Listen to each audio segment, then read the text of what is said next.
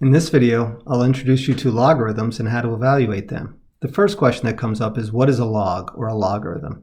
Simply put, it's an exponent. So when we look at our definition of the log, we will rewrite it using exponential form. So you can see that there. I've written it two ways, one using a formula and one using the fill-in-the-blank strategy. The best way to understand this is with an example. So in our first example, we have log base 2 of 8 equal to 3. So the idea here is we're going to look at what the base is, which is 2, and we're going to raise that to the third power.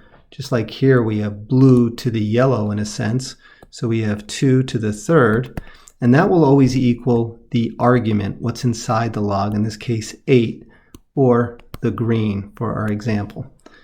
So basically, log base 2 of 8 is 3 means 3 is the exponent when the base is 2 and the answer is 8. Let's look at several more examples to get a solid understanding of this. So we're going to evaluate the following logs. We have log base 2 of 32. Usually we'll start off by setting it equal to some value x, and then we'll use our little loop. 2 to the x will equal 32. So we just write 2 to the x equals 32. So what we have is exponential equation to solve, and 32 will be renamed using 2 to the fifth. We'll always look for a like base. So now we can do what's called equating exponents. Since the bases match, we know that the exponents must match. So that means in this case, x is equal to 5.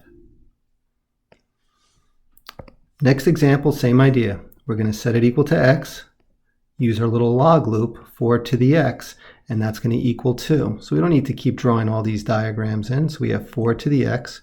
We know it's going to equal 2. And again, we need like bases here. So we're going to rename the 4 using 2 squared, and that it will still be to the x power equals 2. And we can say that's 2 to the first. So again, in terms of looking at the exponents, since the bases match, we have a power to a power, so we can multiply equaling 1.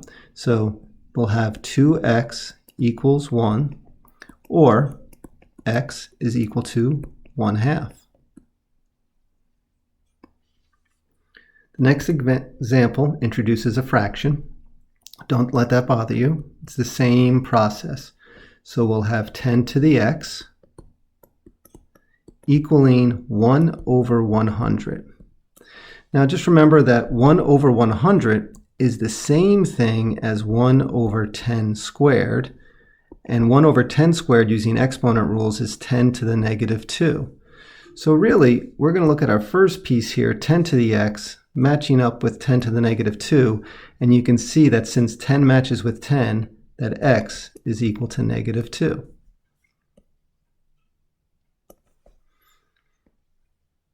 Now, log base 10 is a special base. It's known as a common log.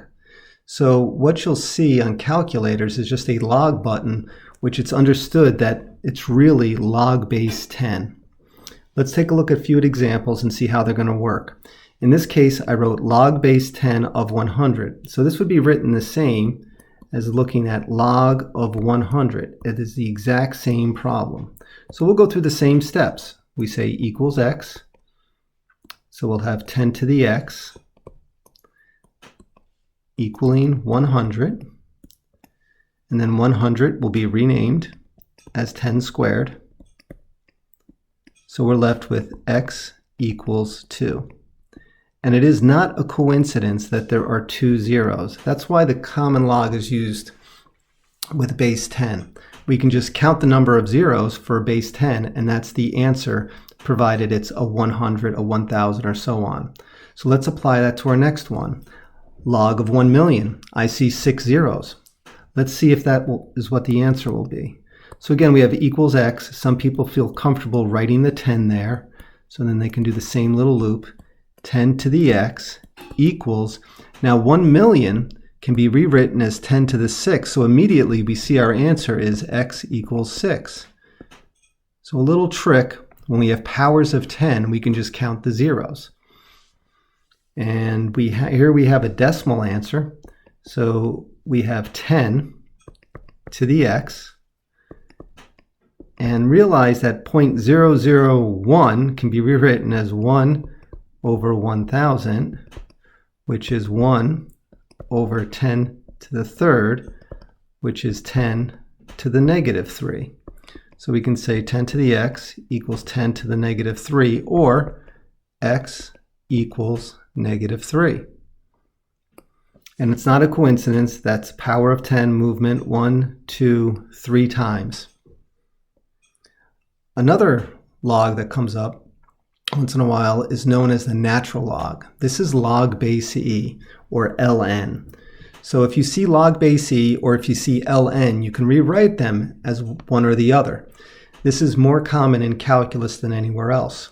Let's just look at one example here. Here it says ln of e squared is equal to x. So most people will want to rewrite this as log base e of e squared equaling x. And again, we're going to use our little loop here. So we'll say e to the x is equal to this whole answer in here, which is e squared. So simply put, x is equal to 2. Now we're going to look at some log rules that come out of these next three examples. Here we have log base 3 of 1. Again, set it equal to x. Use our little loop. So we have 3 to the x equals 1. And whenever we have the exponent equal to 1, we know that the exponent is then going to end up being 0 for the exponential equation. So basically speaking, we're going to have log base b of any value of 1 will always equal 0.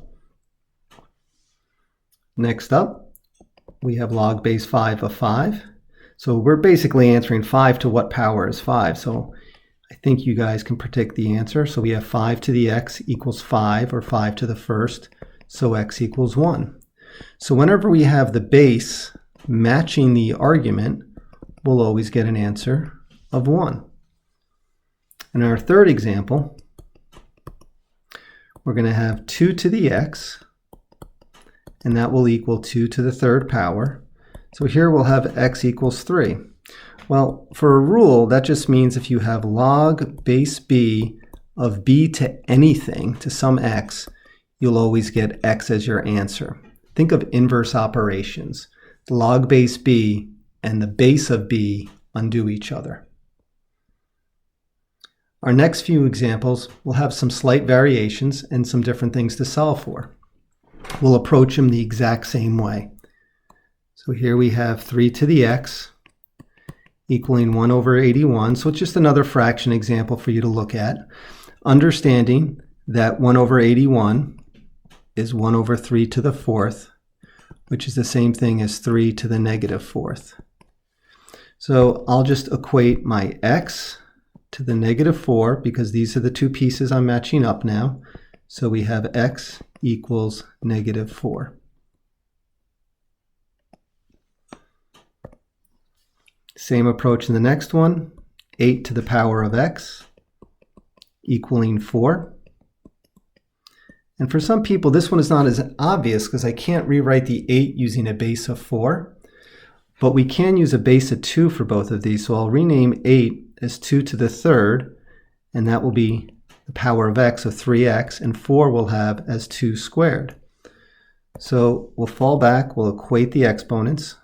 So that means 3x is equal to 2.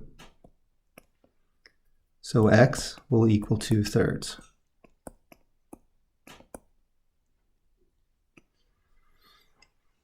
Our next example throws a radical at you. Not to worry.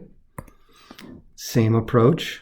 Root 2 to the x power. So square root of 2 to the x power is equal to 16. So we're going to use a base of 2, but realize that square root of 2 is the same thing as 2 to the 1/2. So we have 2 to the 1/2 to the power of x, so power to power we multiply. We rename 16 as 2 to the fourth. And again, we equate our exponents. So we have 1/2 x equaling 4. Multiplying both sides by 2, we get x is equal to 8.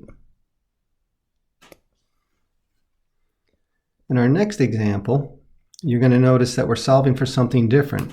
So what if we don't have the argument? Does anything change? No, we do the same process. So we're going to have 3 to the negative 4 equaling x. So we already have x by itself, so we just have to figure out what is 3 to the negative 4. So 3 to the negative 4, we'll just use our exponent rules, is 1 over 3 to the 4th, or 1 over 81. Similar problem. We're missing the argument, but notice it just says log of x. There's no base. So you now know you can use a base of 10 to rewrite this.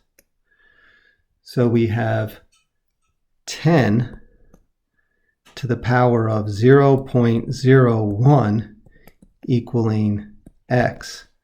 So there's really not too much we're going to do with this other than possibly write this as 10 to the 1/100th power, which is a very, very small number. We'd keep taking roots, the 100th root of 10 more or less.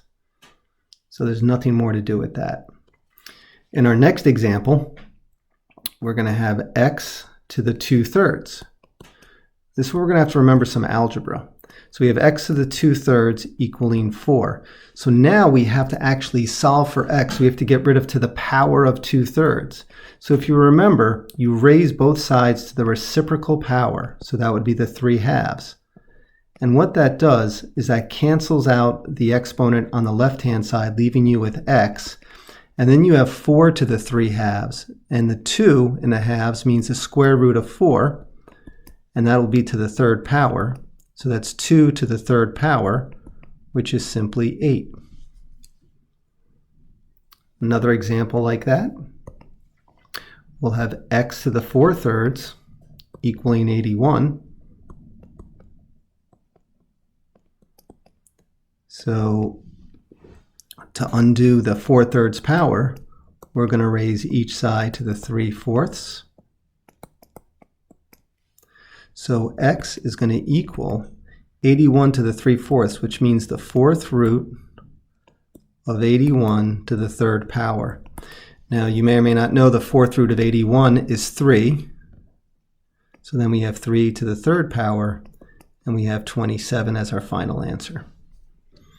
Last problem, combo problem, has quite a few pieces in it. The first piece, ln of e to the 4th. Remember our rules. This is really a base e. They're going to undo each other, so that piece, the answer is just 4. Next piece, log base 3 of 81. We've seen this before. 3 to some power is 81. That is also 4. You can try that one out. Then we're subtracting 3 times a log. So I'm going to have 3, and I'm going to have to multiply by my answer. Log base 7 of 49, 7 to some power is 49. You should know that's 2. Write it out if you need to. I'm going to go back and put in the signs that were here. So we simply have 4 plus 4 minus 3 times 2, 8 minus 6, which is 2. So I hope that helped you introduce you to logs and help you evaluate them. Realize there are much more properties to logs that can be applied. So take a look at that when we start solving more equations